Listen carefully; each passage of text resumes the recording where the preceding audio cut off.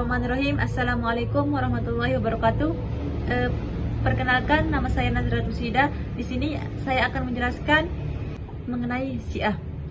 Baiklah, langsung saja. Syiah secara bahasa diambil dari kata bahasa Arab, yakni sya'a yasyi'u syi'an syi'atan, yang berarti pendukung atau kelompok.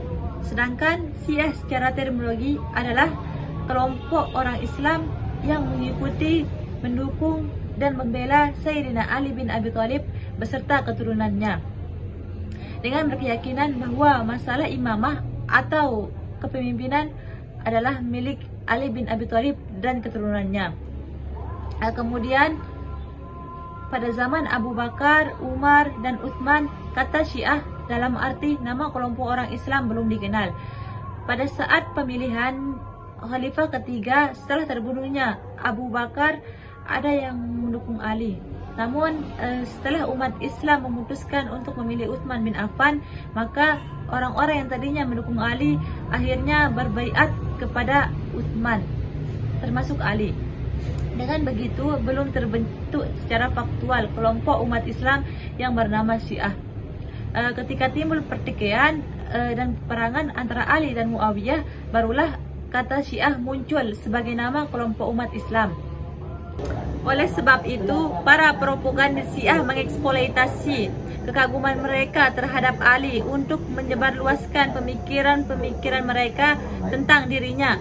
Ketika keturunan Ali yang sekaligus merupakan keturunan Rasulullah mendapatkan perlakuan yang tidak adil dan perlakuan zalim, serta banyak mengalami penyiksaan pada masa Bani Umayyah, cinta mereka terhadap keturunan Ali semakin mendalam.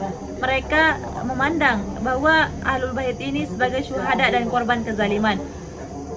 Dengan demikian, semakin meluas pula mazhab Syiah dan pendukungnya pun semakin banyak. Maka pada umumnya nama Syiah dipergunakan bagi setiap dan semua orang yang menjadikan Ali dan keluarganya sebagai pemimpin secara terus-menerus, sehingga Syiah itu akhirnya khusus menjadi nama bagi mereka saja.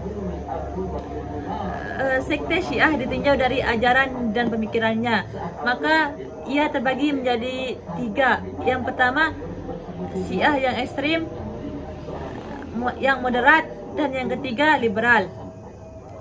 Dari ketiga ini kemudian melahirkan banyak mazhab dan aliran dari sekte Syiah itu tersendiri. Syahrotani membagi kelompok Syiah menjadi 5 kelompok, yaitu Kaisaniyah, Zaidiyah, Imamiyah, Bulat atau Syiah sesat, dan Ismailiyah.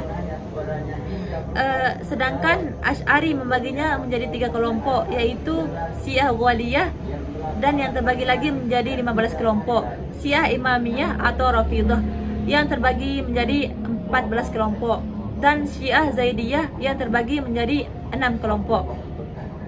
Kelompok-kelompok Syiah tersebut sepakat dalam beberapa hal, diantaranya dalam masalah pengangkatan imam atau khalifah. Pasca Rasulullah SAW, mereka pengangkatan khalifah telah ditetapkan dalam Al-Quran dan hadis, atau dengan kata lain telah ditentukan oleh Rasulullah SAW. Mereka juga sepakat bahwa para nabi dan imam Syiah adalah maksum dari dosa besar dan dosa kecil. Selain itu, mereka juga sepakat bahwa tuali atau menolong para imam dan tabari meninggalkan musuh-musuhnya adalah wajib hukumnya, baik dilakukan dalam bentuk ucapan, perbuatan maupun keyakinan. Dalam hal ini, sebagian pengikut kelompok Syiah Zaidiyah tidak sependapat dengan mereka. Meskipun kelompok Syiah sepakat dalam masalah pengangkatan imam, akan tetapi mereka berbeda pendapat mengenai siapa yang berhak menjadi imam. Dan permasalahan inilah yang menyebabkan munculnya banyak mazhab dan aliran dalam kelompok Syiah. Kemudian ragam pendapat mengenai asal-usul sekte Syiah. Teori mengenai asal-usul kelompok Syiah banyak sekali, dan sebagian besar dari teori tersebut dibuat oleh kaum orientalis. Para orientalis itu mengatakan kelompok Syiah berasal dari Persia. Selain pendapat di atas, ada juga pendapat lain mengenai asal-usul kelompok Syiah, yaitu bahwa kelompok Syiah muncul sebagai pengaruh dari agama Yahudi. Sebagian orang bahkan mengatakan bahwa kelompok Syiah adalah Yahudinya kaum muslimin. Hal ini disebabkan karena mereka sangat membenci Islam, sebagaimana orang-orang Yahudi membenci orang Nasrani. Mereka masuk Islam bukan karena ingin mencari ridha Allah Subhanahu wa taala, melainkan karena ingin menyebarkan kerusakan, fitrah dan perpecahan di tubuh kaum muslimin, serta menanamkan keraguan atas keimanan di hati kaum muslimin. Mereka berkata, seperti perkataannya orang-orang Yahudi, tidak ada kekuasaan kecuali pada keluarga Nabi. Sebagaimana kaum Yahudi berkata, tidak ada kekuasaan kecuali pada keluarga Daud. Selain itu juga ada pendapat yang mengatakan bahwa lahirnya kelompok Syiah karena pengaruh agama Nasrani.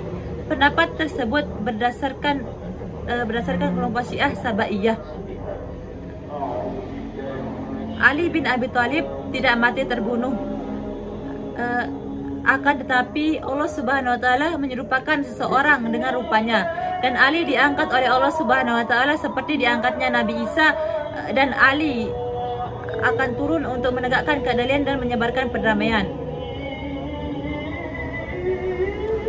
Suatu hal yang tidak dapat dipungkiri bahwa kelompok Syiah bukan kelompok baru dalam Islam, akan tetapi sebuah kelompok yang lahir di awal sejarah Islam. Muhammad Abu Zahra berkata, Syiah adalah kelompok terlama yang lahir dalam politik Islam.